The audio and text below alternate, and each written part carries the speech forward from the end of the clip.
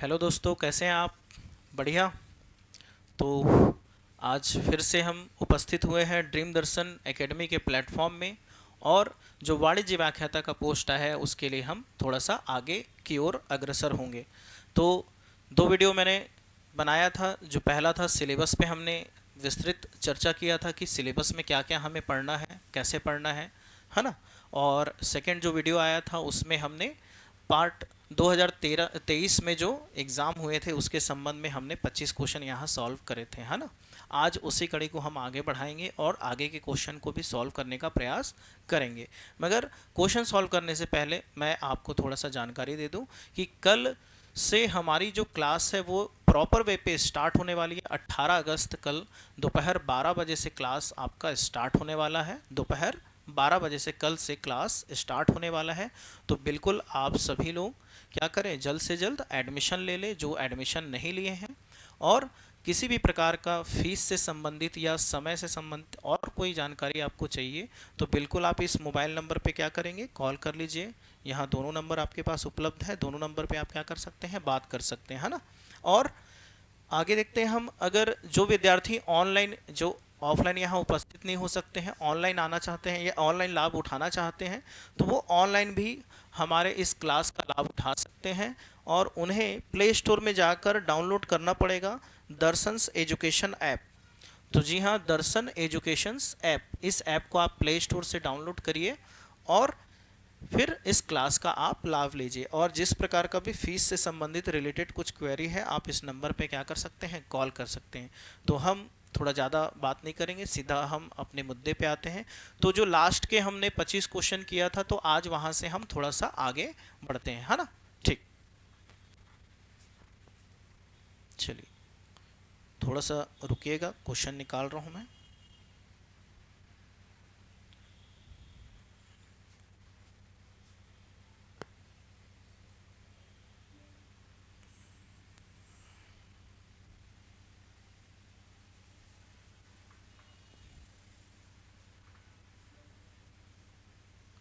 चलिए ये खुल गया, है ना।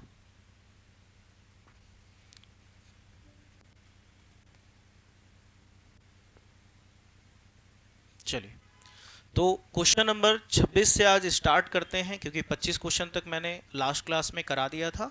आज क्वेश्चन नंबर 26 से हम यहाँ पर स्टार्ट करने वाले हैं। चलिए पढ़ते हैं। पहला क्वेश्चन श्री गणेश करते हैं।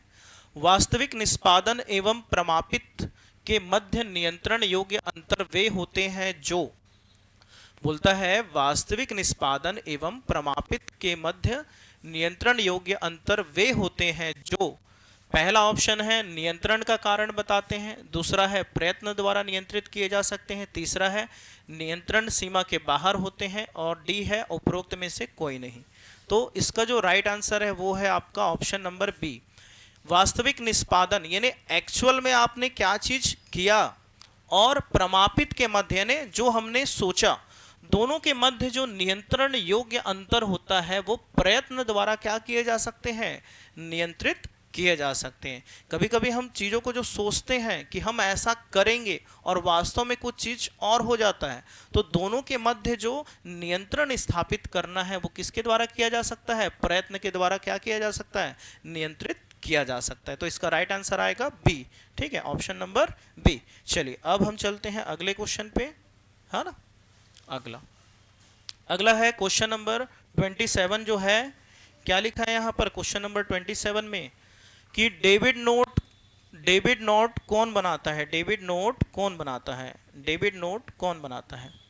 तो डेबिट नोट कौन बनाता है जी, क्रेता बनाता है। कौन बनाता है, क्रेता बनाता है। तो व्यापार में दो प्रकार के नोट जारी किए जाते हैं मुख्य रूप से, एक होता है डेबिट नोट, एक होता है क्रेडिट नोट। जो डेबिट नोट है इसको क्रेता के द्वारा यानी जो माल खरीद के लाता है उसके द्वारा जारी किया जाता है। क्या होता है, कभी कभी कुछ वस्तु खराब निकल जाता है या जिस वस्तु को हमने सामने वाले से मांगा था या खरीदा था वो उसके हिसाब से हमको वस्तु प्रदान नहीं करता है। तो हम क्या करते हैं, इन वस्तुओं का एक लिस्ट तैयार करते हैं और वापस क्या करते हैं, विक्रेता को भेज देते हैं। एक प्रति क्रेता अपने पास रखता है, एक प्रति क्रेता विक्रेता को दे देता है। तो इसको जो जारी करने का काम करता है कौन करता है, क्रेता के द्वारा किया जाता है ना। तो इसका राइट आंसर होगा क्रेता के द्वारा। ठीक है, चलिए आगे आते हैं, नेक्स्ट क्वेश्चन पे चलते हैं हम। क्वेश्चन नंबर 28, क्वेश्चन नंबर 28 पे आते हैं। ठीक है, क्वेश्चन नंबर 28 पे आते हैं।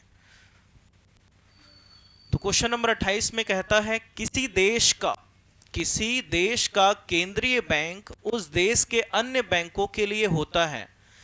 किसी देश का केंद्रीय बैंक जो है उस देश के लिए क्या होता है, ये पूछना चाह रहा है ना। जैसे हमारे यहाँ देश का जो, भारत देश का जो केंद्रीय बैंक है वो है RBI, reserve bank of India, है ना।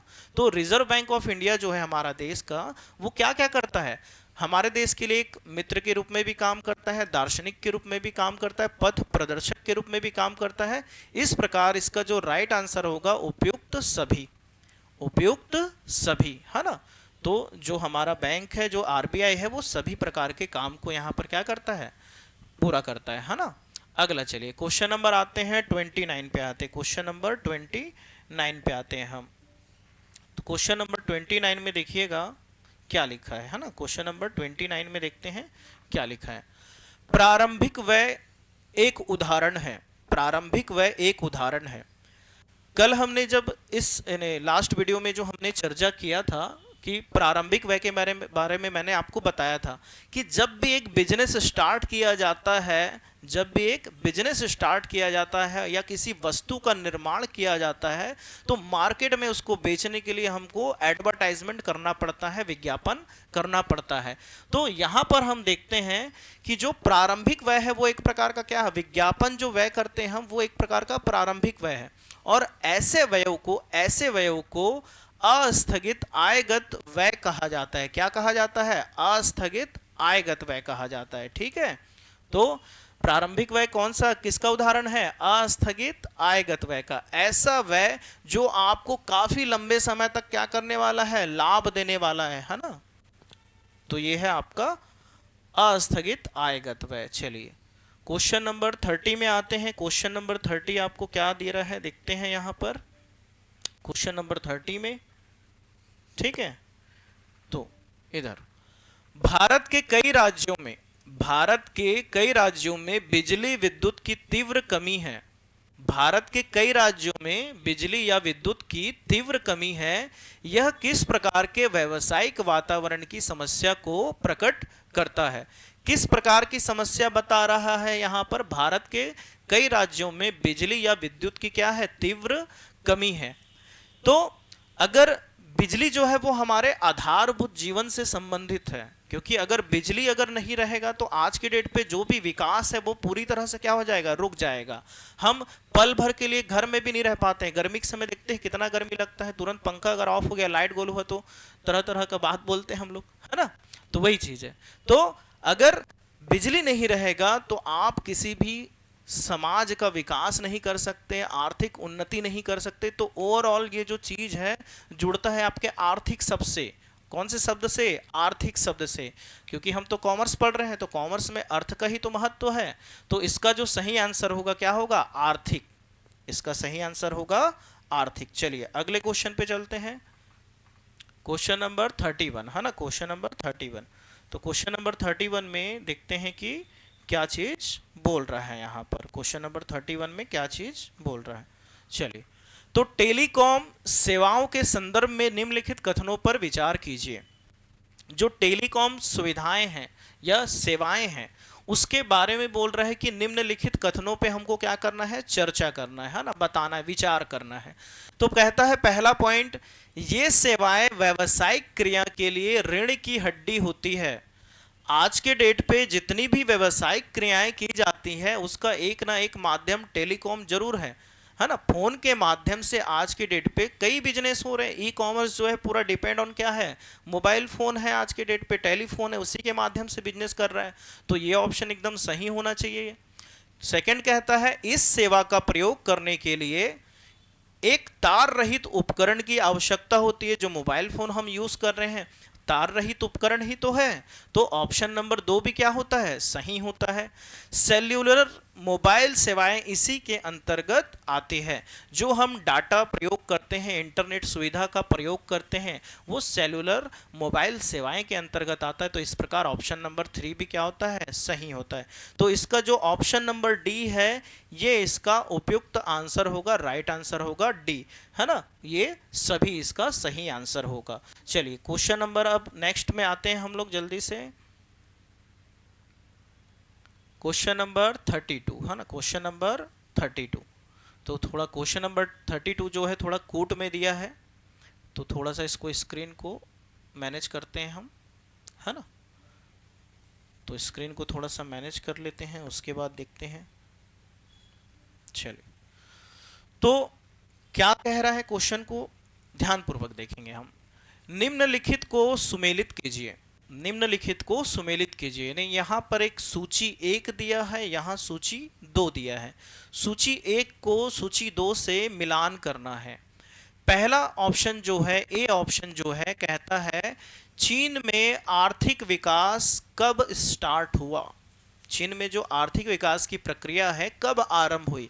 तो चीन में जो आर्थिक विकास का जो प्रारंभ है वो हुआ था 1978 में, 1978 में। तो और भारत, सेकेंड ऑप्शन कहता है भारत की नई विकास नीति, भारत ने कब नया इकोनॉमिक पॉलिसी को अपनाया था। तो भारत ने नया इकोनॉमिक पॉलिसी या न्यू इकोनॉमिक पॉलिसी को जो अपनाया था वो 1991 में अपनाया था, है ना।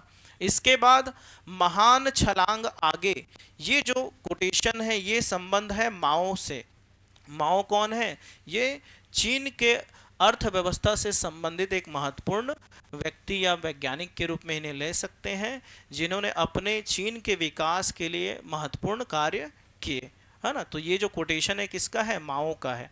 और इसी प्रकार 1956 में अगर पहला योगदान अगर बोलेगा तो ये पाकिस्तान, यानी पाकिस्तान में जो आर्थिक विकास जो स्टार्ट हुआ वो 1956 के आसपास वहाँ डेवलपमेंट स्टार्ट होता है। तो इस प्रकार अगर इसका उत्तर हम देखते, जैसे पहले वाला ऑप्शन चीन में आर्थिक विकास हुआ था 1978 में, ए का 2 देखिए, खोजिए पहले ए का 2। अच्छा यहीं पर तो मिल गया ये बी ऑप्शन। तो इसका जो राइट आंसर होगा वो बी ऑप्शन इसका राइट आंसर है। चलिए अगले क्वेश्चन पे आते हैं हम।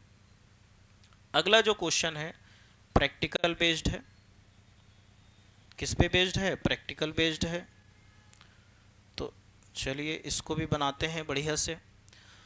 तो यहां पर लिखा है मांग की कीमत लोच होगी, मांग की कीमत लोच होगी यदि, मांग की कीमत लोच होगी यदि P1 यानी प्राइस 1 आपको दिया है 20 रुपीज, P2 यानी प्राइस 2 दिया है 18 रुपीज, क्वांटिटी 1 यानी 4000 आपको दे दिया है, क्वांटिटी 2 आपको जो है वो 5000 है। ऑप्शन में A B C D 4 option है। तो इलास्टिसिटी ऑफ आपको प्राइस यहां पर पूछा है ना। तो यहां पर इंग्लिश में इसको क्या बोला जाता है, मांग की कीमत लोच को क्या बोला जाता है, प्राइस इलास्टिसिटी ऑफ डिमांड। अब यहां पर सबसे पहले आपको इसका एक फॉर्मूला याद होना चाहिए, है ना, कि हम प्राइस इलास्टिसिटी ऑफ डिमांड जो है वो यानी पीईडी जो है वो हम कैसे फाइंड आउट करेंगे।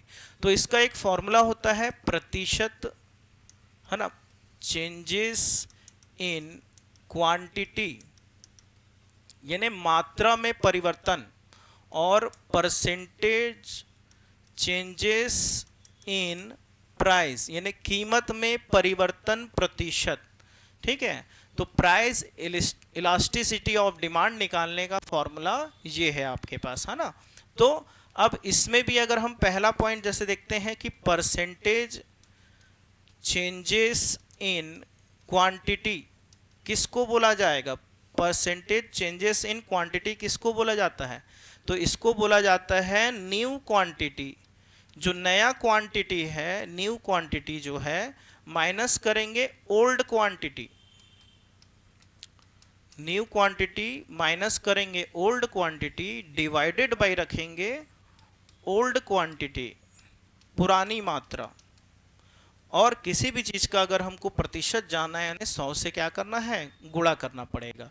चलिए तो क्वेश्चन के हिसाब से देखिए जो Q1 लिखा है वो पुरानी क्वांटिटी कही जाएगी, ओल्ड क्वांटिटी कही जाएगी, और जो Q2 है वो नई क्वांटिटी कही जाएगी। तो चलिए, तो क्वेश्चन के हिसाब से 5000 रखते हैं, ये न्यू क्वांटिटी है, और जो 4000 है वो ओल्ड क्वांटिटी है। डिवाइडेड बाई आपको ओल्ड क्वांटिटी यानी कितना रखना है, 4000 रखना है, और इनटू आपको 100 करना है।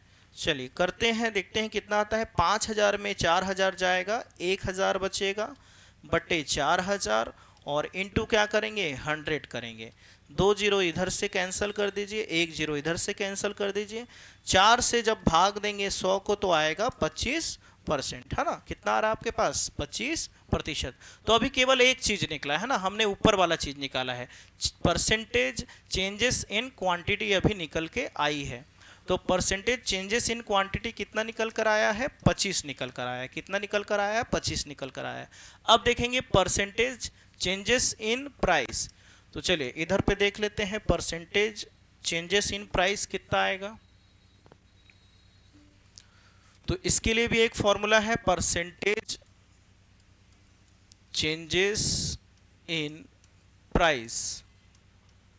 इसके लिए फॉर्मूला है, इसके लिए भी फॉर्मूला है आपका। इसमें भी आपको न्यू प्राइस माइनस रखना पड़ेगा old price, new price minus old price divided by old price, और इनटू करेंगे 100 से, इनटू करेंगे 100 से। न्यू प्राइस क्वेश्चन में यानी जो P2 दिया है ये आपका न्यू प्राइस है, P2 जो है वो न्यू प्राइस है, P1 जो है वो आपका ओल्ड प्राइस है, और बट्टे में क्या रखना है, ओल्ड प्राइस, है ना। ओल्ड प्राइस कितना है, 20 है, इनटू करेंगे 100। इस प्रकार अगर देखें तो 18 में आप 20 घटाएंगे तो -2 या -2 आएगा, बट्टे 20 और गुणा 100। तो 20 एकम 20, 20 पंचे 100, 5 दूनी कितना हो जाएगा, 10, मगर किस में आ रहा है, ये माइनस में आ रहा है ना। 5 का -2 में जब गुणा होगा तो 10 तो आएगा, 5 दूनी 10, मगर किस में आएगा, माइनस में आएगा। अब इसको हम फॉर्मूला में रखते हैं, है ना। तो हमारा जो परसेंटेज चेंजेस इन क्वांटिटी आया था 25 हमने ऊपर रखा, और परसेंटेज चेंजेस इन जो प्राइस आया है वो कितना आया, -10 आया है। यानी 25 को आपको -10 से भाग देना है। इस प्रकार जो उत्तर आएगा आपका -2.5% आएगा, है ना। तो इसका जो ऑप्शन का जो आंसर, सही आंसर जो है कौन सा है, -2.5, यानी बी आंसर जो है, बी आंसर जो है वो है इसका क्या है, राइट आंसर है ना, सही उत्तर है। समझ में आया। चलो आगे बढ़ते हैं, अगले क्वेश्चन पे चलते हैं। क्वेश्चन नंबर 34 देखते हैं, क्वेश्चन नंबर 34 देखते हैं। तो क्वेश्चन नंबर 34 में आते हैं। 34 में लिखता है, प्रतिभूति बाजार के प्रभावी नियमन और विकास को नियंत्रण को सुनिश्चित करने के लिए पारित किया गया है। प्रतिभूति बाजार के प्रभावी नियमन, विकास एवं नियंत्रण को सुनिश्चित करने के लिए क्या पारित किया गया है। तो प्रतिभूति का मतलब होता है सिक्योरिटीज से, यानी जो अंश पत्र या ऋण पत्र जो या बॉन्ड पेपर वगैरह जो आप खरीदी और बिक्री करते हैं उसे ही कहा जाता है सिक्योरिटीज, है ना। तो यहाँ पर जो सिक्योरिटीज के संबंध में जो रूल्स एंड रेगुलेशन बनाए गए हैं, उसको कौन ऑपरेट करता है, सेबी का नाम सुने हैं आप, security exchange board of India.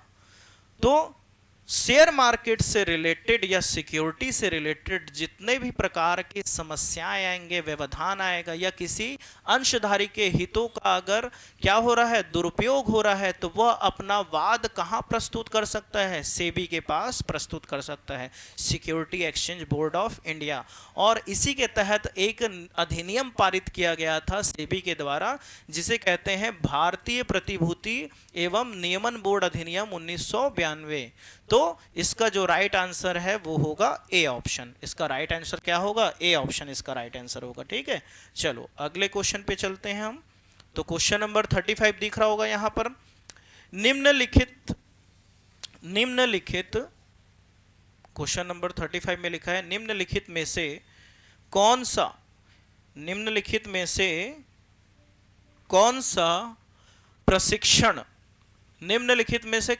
प्रशिक्षण अर्धकुशल कर्मचारियों को दिया जाता है। निम्नलिखित में से कौन सा प्रशिक्षण अर्ध कुशल कर्मचारियों को दिया जाता है। जो अर्ध कुशल कर्मचारी है ना, अर्ध कुशल कर्मचारी जिनको सेमी स्किल्ड वर्कर कहा जाता है, इन्हें किस प्रकार की ट्रेनिंग दी जाती है, ये पूछ रहा है यहाँ पर। इसका एकदम सरल सा आंसर है संयुक्त प्रशिक्षण, है ना, संयुक्त प्रशिक्षण। ज्वाइंट इनको क्या दिया जाता है, ट्रेनिंग दिया जाता है। जो अर्ध कुशल कर्मचारी हमारे यहाँ रहते हैं, सेमी स्किल्ड कर्मचारी रहते हैं उनको, है ना। ठीक, चलिए अगले क्वेश्चन पे चलते हैं। थोड़ा स्क्रीन बड़ा कर देते हैं अगर क्वेश्चन नहीं दिख रहा होगा तो। चलिए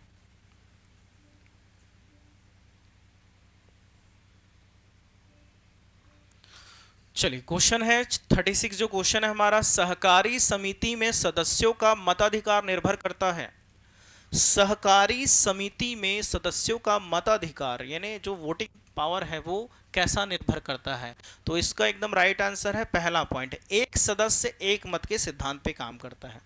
तो सहकारी समिति में जो सिद्धांत है यहाँ पर वोटिंग का, वो कैसा है, एक सदस्य एक मत, है ना। किसी भी सदस्य के द्वारा एक मत दिया जाता है, एक उसका वोटिंग पावर रहता है। किसी भी सदस्य का कितना वोटिंग पावर रहता है, एक ही पावर रहता है। तो एक सदस्य एक मत के सिद्धांत पे ये काम करता है। अगला है क्वेश्चन नंबर 37, हम देखते हैं। व्यष्टिगत अर्थशास्त्र को कहा जाता है। तो ये व्यष्टिगत अर्थशास्त्र क्या होता है? अर्थशास्त्र को भी समझना जरूरी है। अर्थशास्त्र किसे कहते हैं?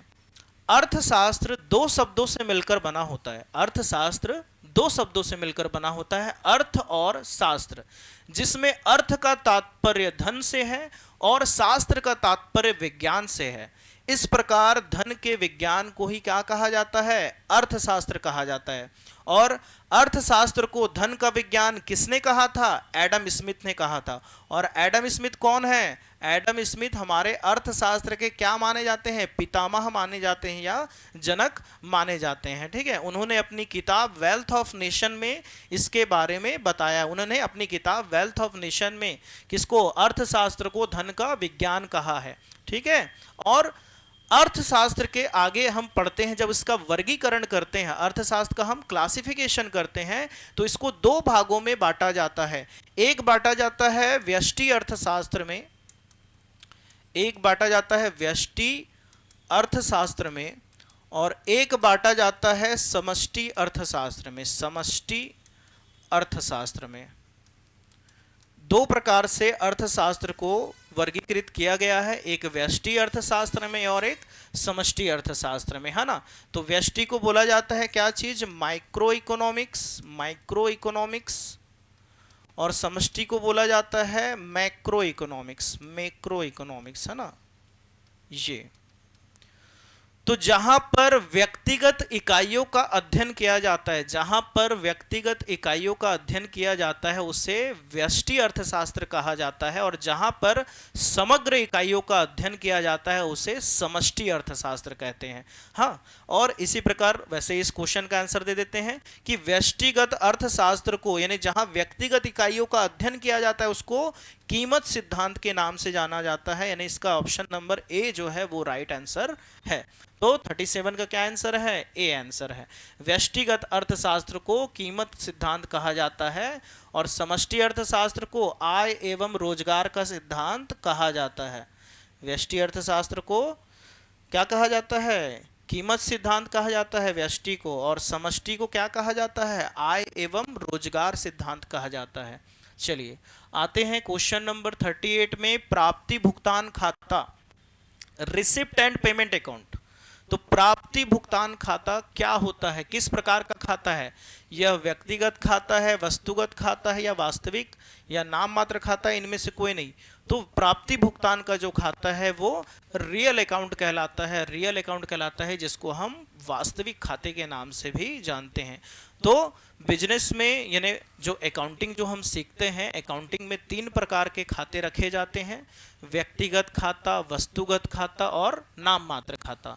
तो उसके अंतर्गत यह जो प्राप्ति भुगतान खाता है वो वास्तविक खाते के अंतर्गत आता है। तो इसका राइट आंसर क्या हो गया? वास्तविक खाता इसका राइट आंसर रहेगा, है ना। चलिए क्वेश्चन नंबर 39 पे चलते हैं हम। क्वेश्चन नंबर 39 पे चलते हैं। अरे एक मिनट ना, चलिए आते हैं क्वेश्चन नंबर कौन सा 39 में, है ना।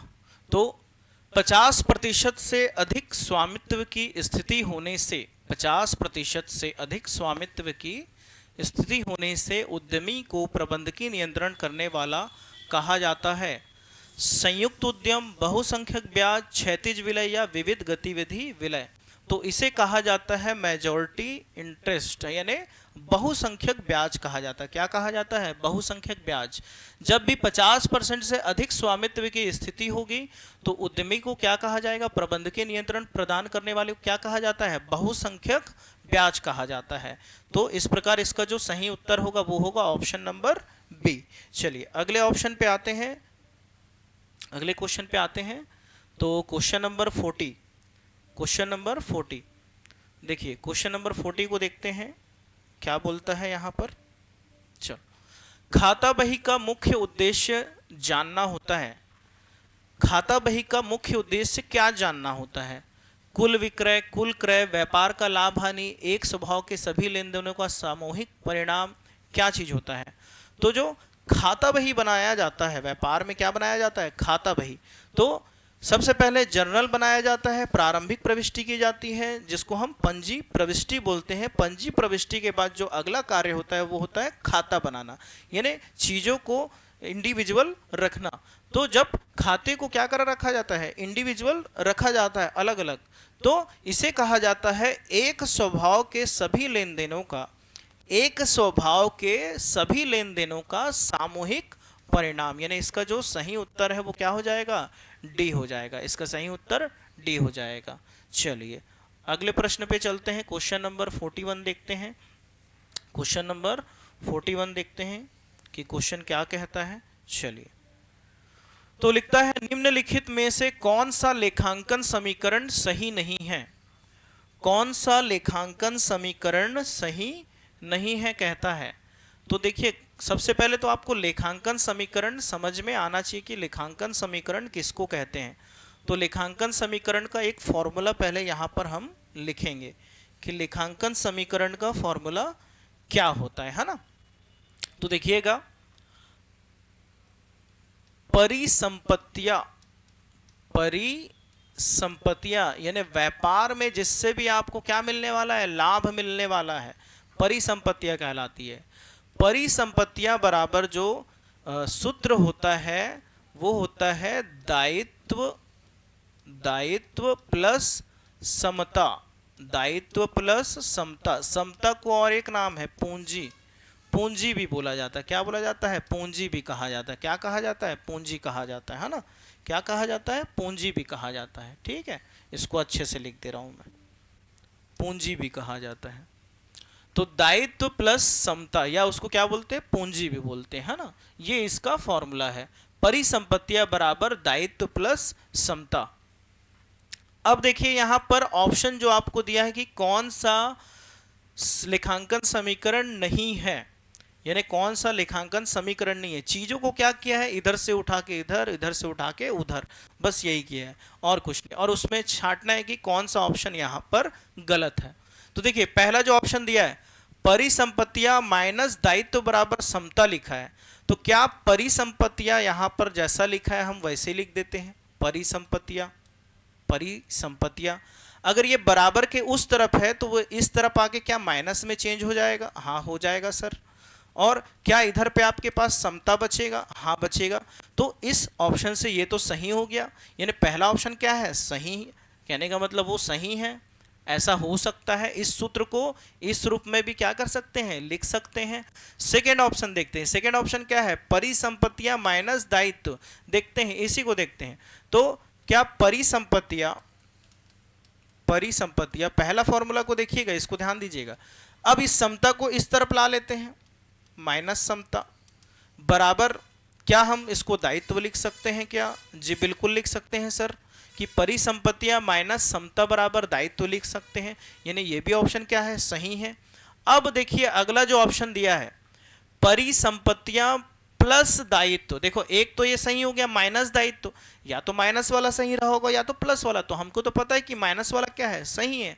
तो इस प्रकार जो गलत ऑप्शन जो है वो ऑप्शन नंबर सी है, यानी इसका जो राइट आंसर है वो है ऑप्शन नंबर सी, आपका इसका राइट आंसर है ना, ऑप्शन नंबर सी इसका राइट आंसर है। चलिए आते हैं अगले क्वेश्चन नंबर 42 में आते हैं और देखते हैं इसमें क्या चीज है। चलिए तो लिखता है निम्न में से वह कौन सा सिद्धांत है जो नियोजन की क्रिया पर लागू होता है और अपने पथ की निरंतर समीक्षा करता है तथा लक्ष्य प्राप्ति हेतु आवश्यकता अनुसार वांछित परिवर्तन। एक जो शब्द मिल रहा है, क्या चीज मिल रहा है? परिवर्तन। परिवर्तन को कमर्शियल लैंग्वेज में कहा जाता है लोचशीलता या फ्लेक्सिबिलिटी। अब इसी से आपको इसका उत्तर यहां पर मिलने वाला है। निम्न में से कौन सा सिद्धांत है जो नियोजन की क्रिया पर लागू होता है, यानी प्लानिंग करते समय हम उसको अप्लाइड करते हैं और अपने पथ की निरंतर समीक्षा करता है, जो कार्य कर रहा है उसका निरंतर वो ऑब्जर्वेशन लेते रहता है तथा लक्ष्य की प्राप्ति हेतु आवश्यकता अनुसार क्या कर सकते हैं? परिवर्तन कर सकता है। तो ऐसा गुण किसमें देखने मिलेगा? लोचशीलता का सिद्धांत, यानी जो फ्लेक्सिबल रहेगा, जो फ्लेक्सिबल रहेगा वही क्या कर सकता है? अपने सिद्धांतों को बदल सकता है, परिवर्तित कर सकता है। तो इसका जो सही आंसर होगा वो ऑप्शन नंबर बी होगा, है ना, ऑप्शन नंबर बी होगा। चलिए आते हैं क्वेश्चन नंबर 43 में आते हैं हम। क्वेश्चन नंबर 43 में आते हैं, पढ़ते हैं इसके बारे में क्या लिखा है। तो अच्छा, थोड़ा सा इसको स्क्रीन को और छोटा करना पड़ेगा क्वेश्चन, क्योंकि कॉलम वाला है ना, थोड़ा सा बड़ा क्वेश्चन है। चलो दिख रहा होगा शायद, हाँ अब दिख रहा है सबको, ठीक। चलिए आते हैं। तो यहां भी लिखा है निम्नलिखित में से सही सुमेलित युग्म का चयन कीजिए। तो यहां भी कॉलम ए से कॉलम 2 को मिलाना है, मगर कहता है कि सही को बताना है। किसको बताना है? सही को बताना है। 4 ऑप्शन दिया है, ए का 3 सही है, बी का 1 सही है, या सी का 4 सही है, या डी का 2 सही है। चलिए देखते हैं। चीन में जो सुधार आया था, मैंने आपको बताया था कि जो चीन में जो सुधार आया था वो आया था 1978 में आया था। चीन में जो सुधार आया था वो कब आया था? 1978 में आया था।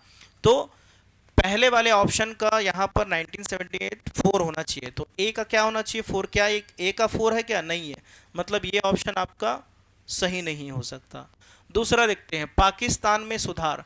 तो पाकिस्तान में जो सुधार मैंने आपको बताया था, लास्ट एक क्वेश्चन और करे थे, 1956 के आसपास यहाँ पर क्या हो रहा था? सुधार का काम हो रहा था।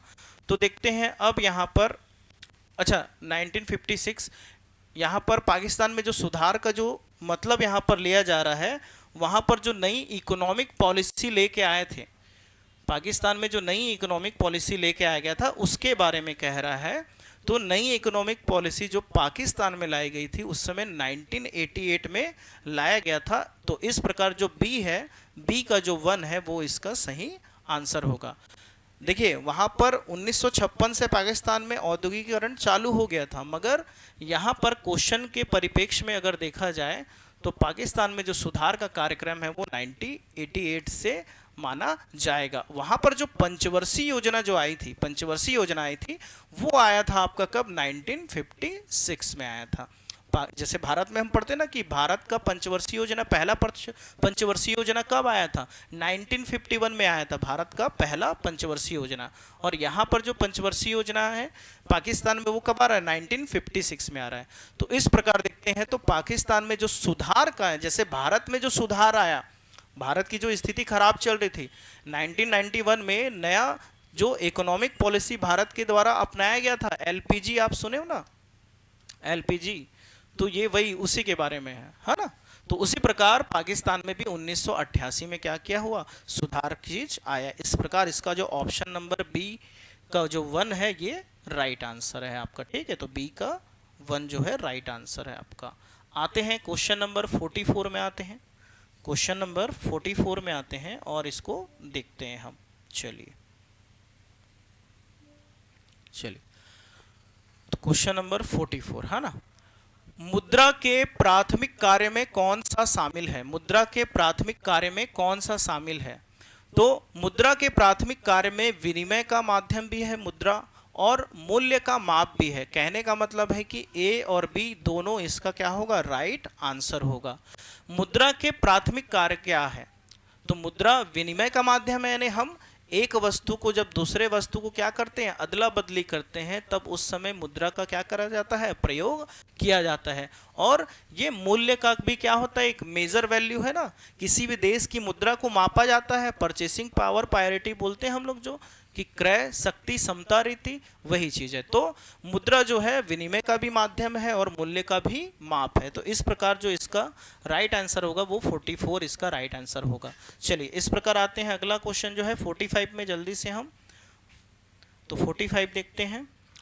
वाणिज्य के विकास के क्रमागत कितनी अवस्थाएं हैं? वाणिज्य ने कहने का तात्पर्य यह है कि आज के डेट पे जो हम बिजनेस तक पहुंचे हैं या औद्योगिकरण तक पहुंचे हैं, इंडस्ट्रियल जो विकास हुआ है, वहां तक पहुंचने में किन अवस्थाओं को पार करते हुए हम वहां तक पहुंचे हैं। तो हमको यहाँ पर ध्यान रखना है कि 6 अवस्थाएं ऐसी रही है जिसको हम पार करते करते यहाँ पर पहुंचे हैं। और वे 6 अवस्थाएं कौन कौन सी है, थोड़ा सा देख लेते हैं। पहला है आखेट। जब मानव का विकास नहीं हुआ था, जब मानव की जीवन व्यतीत कर रहा था, वह उस समय आखेट या क्या करता था, जिसको हम शिकार के नाम से भी जानते हैं, आखेट या शिकार करता था। शिकार करना चालू किया। उसके बाद शिकार के बाद उसने पशुपालन, कौन सा काम किया, पशुपालन का कार्य किया। पशुपालन के बाद उसने कृषि करना सीखा। क्या चीज सीखा, कृषि सीखा।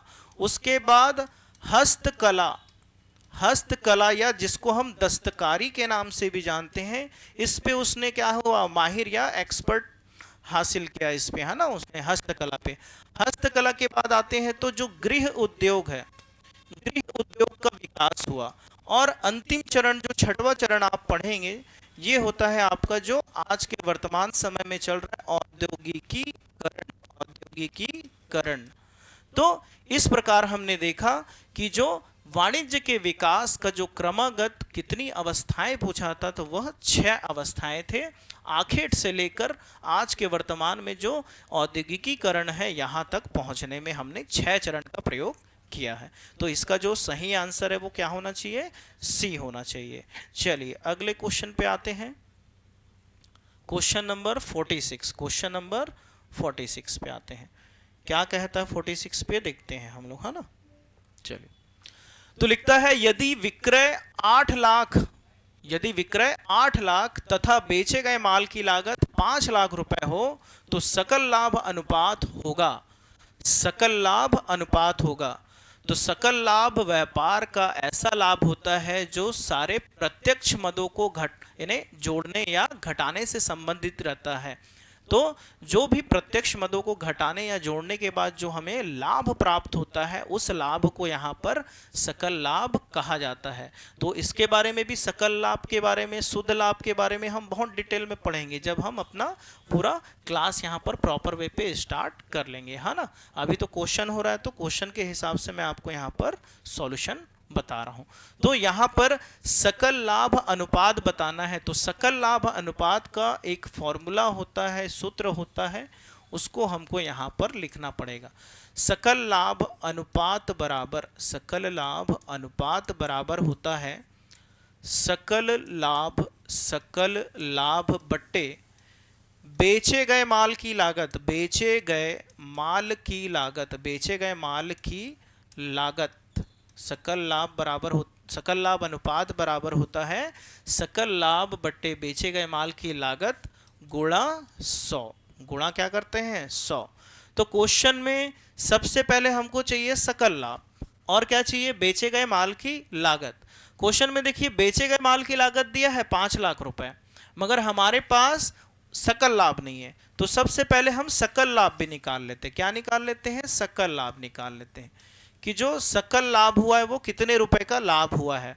तो क्वेश्चन में देखिए हमने जितने का विक्रय किया है, विक्रय में अगर उस बेचे गए माल की लागत को घटा दे, बेचे गए माल की लागत को घटा दे, तो हमारे पास क्या चीज निकल कर आ जाएगा, सकल लाभ निकल कर आ जाएगा, है ना।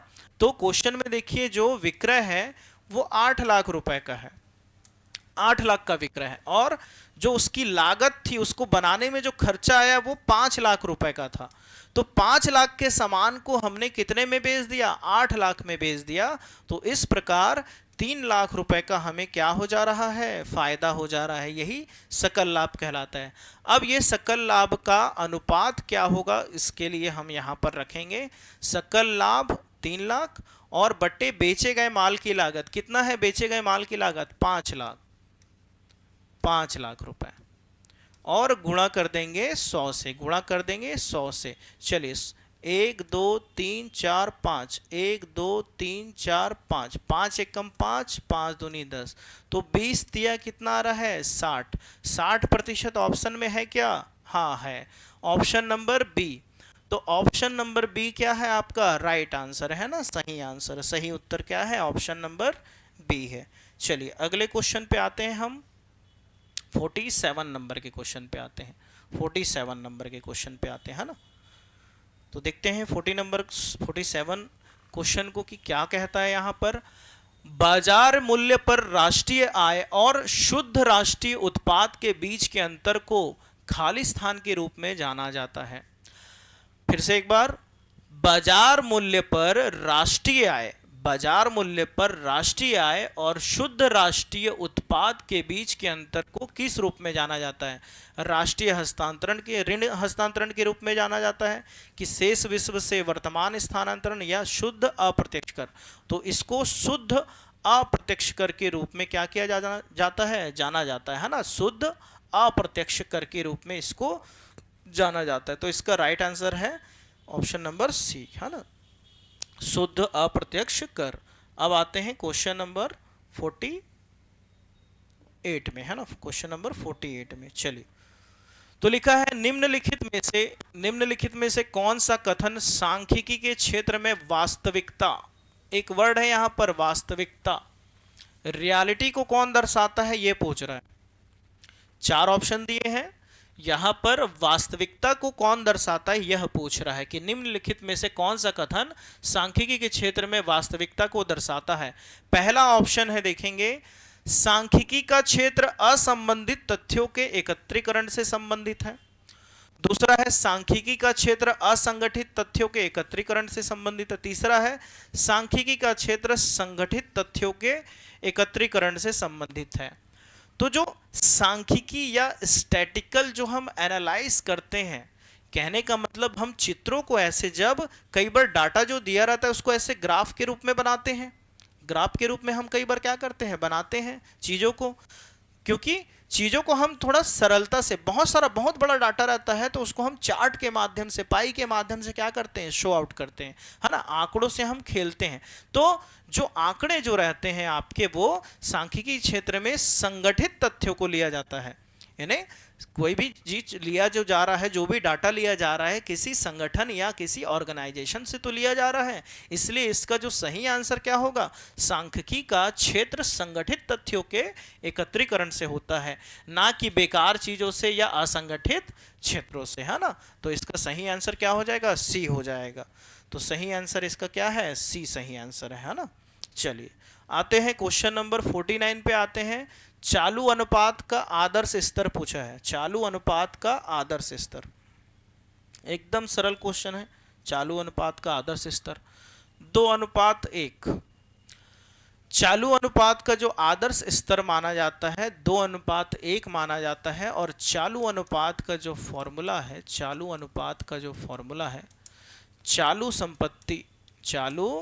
संपत्ति बट्टे चालू दायित्व, चालू दायित्व। तो चालू संपत्ति बट्टे चालू क्या होता है, दायित्व होता है। तो जो संपत्ति, कभी भी आप बिजनेस कर रहे हैं तो जो हमारे एसेट्स हैं, आप चाहेंगे कि एसेट्स की जो करंट एसेट्स है वो आपके पास क्या रहे, थोड़ा ज़्यादा रहे, और दायित्व जो है, पैसे का भुगतान जो करना है वो क्या रहे, थोड़ा कम रहे। तो इस प्रकार जो एक आदर्श स्थिति जो बोला जाता है कॉमर्स में, कि भाई यहाँ पर चालू अनुपात आपका कैसा रहना चाहिए, यानी पेमेंट करना और पेमेंट लेने का जो प्रोसेस है उसका एक अच्छा सा अनुपात कौन सा है या मानक अनुपात क्या है, तो वो है 2:1 है। यानी क्वेश्चन नंबर 49 का जो राइट आंसर है वो है सी ऑप्शन। आपका सी ऑप्शन क्या है, राइट आंसर। अगला चलते हैं क्वेश्चन नंबर 50 पे। तो ये लास्ट क्वेश्चन है यहाँ का, तो फिलहाल इसी पे समाप्त करेंगे हम।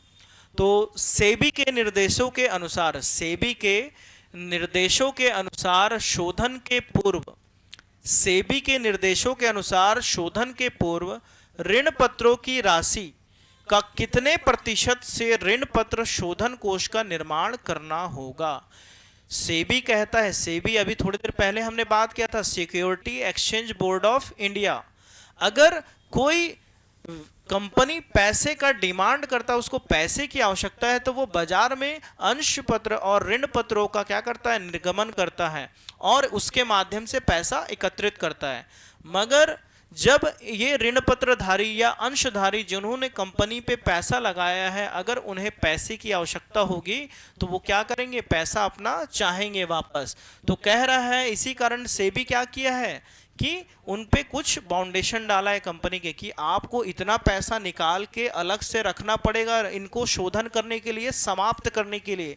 तो वह कितना प्रतिशत है, वर्तमान में वह 50%। कितना प्रतिशत है, 50% है। तो क्वेश्चन नंबर 50 भी यहाँ पर क्या होता है, समाप्त होता है। तो कैसा लगा वीडियो, आप लोग जरूर कमेंट करें, लाइक करें, शेयर करें एक दूसरे के साथ, है ना, ताकि जो जरूरतमंद विद्यार्थी है या जो अभी कॉमर्स के लिए, वाणिज्य के लिए व्याख्याता की तैयारी करना चाहते हैं, वे इसका लाभ उठा सकें, है ना। तो चलिए बढ़िया, है ना। बाकी अगले वीडियो पे अपन आएंगे और इसके बारे में और विस्तृत क्या करेंगे, चर्चा करेंगे। चलो धन्यवाद जी, बहुत बहुत धन्यवाद, है ना। चलो बाय।